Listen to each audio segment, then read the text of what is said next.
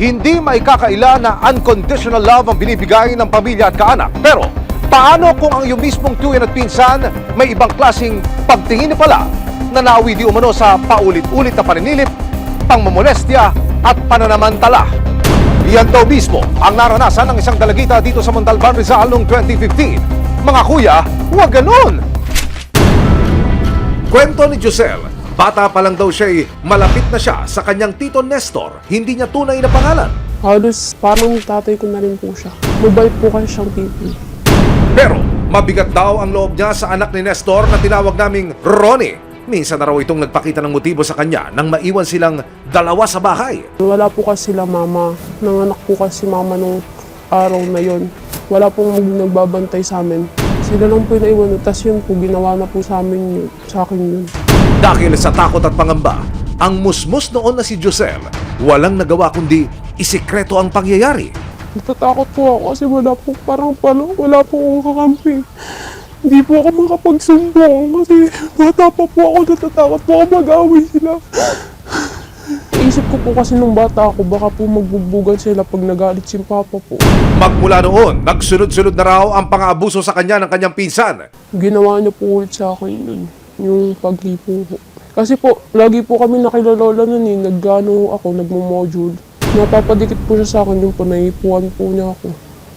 Kalaunan, ang itinuring na pangalawang ama ni Josel na si Tito Nestor, tila may ibang pagtingin din sa dalagita. Patay tayo dyan! Nung gabi pong yun, natulog po yung kuya ko dun sa may maliit na bahay po namin. Ang sabi ko po, tabi na lang po kami kasi wala naman po sa isip ko yung ganun na gagawin niya. Pagkarating ng mga bandang alas 12 po yung ginawa niya po sa akin yun. Isang compound sa Rodriguez, Rizal ang naging saksi sa paulit-ulit daw na pangmomolestya sa isang nooy 8 taong gulang na bata na si Josel. Hindi niya tunay na pangalan. Anong pwede nyo ikwento sa akin, Tay, nung madiscover nyo itong ginagawang pambabastos po sa inyong anak? Nandun po ako sa bahay nyo, nakita ko. May nakaupo ko rito sa pintuan. Aha. Tapos yung anak ko, itong yung tito niya,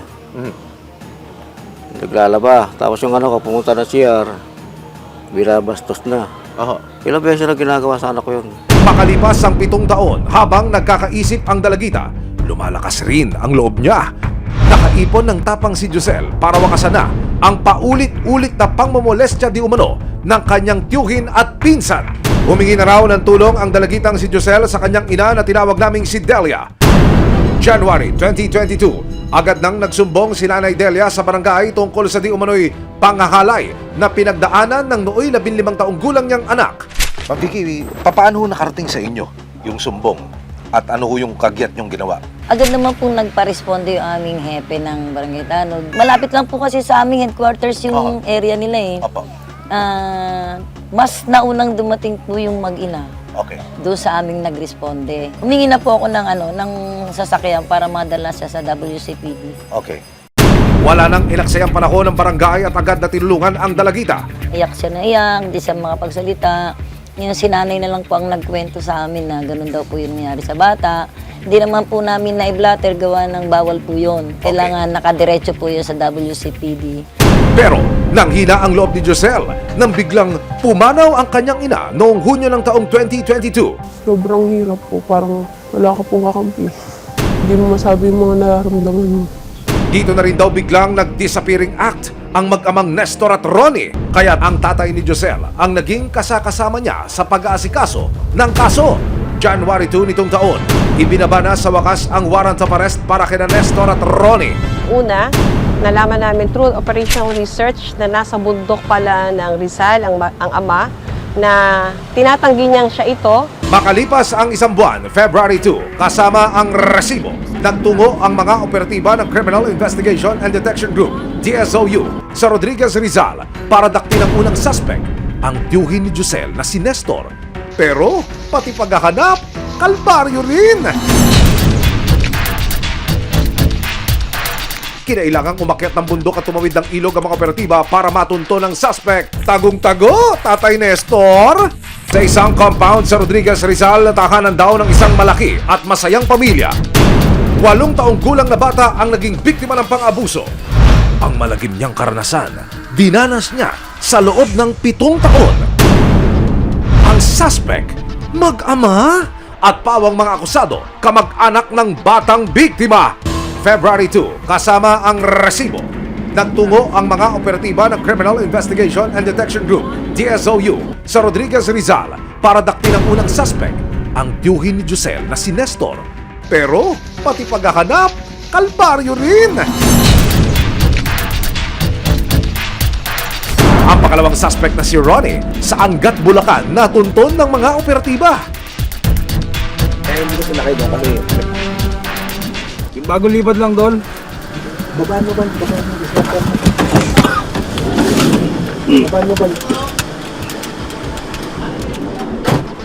Nanandaan ko ya. Ito na yung ilakap eh.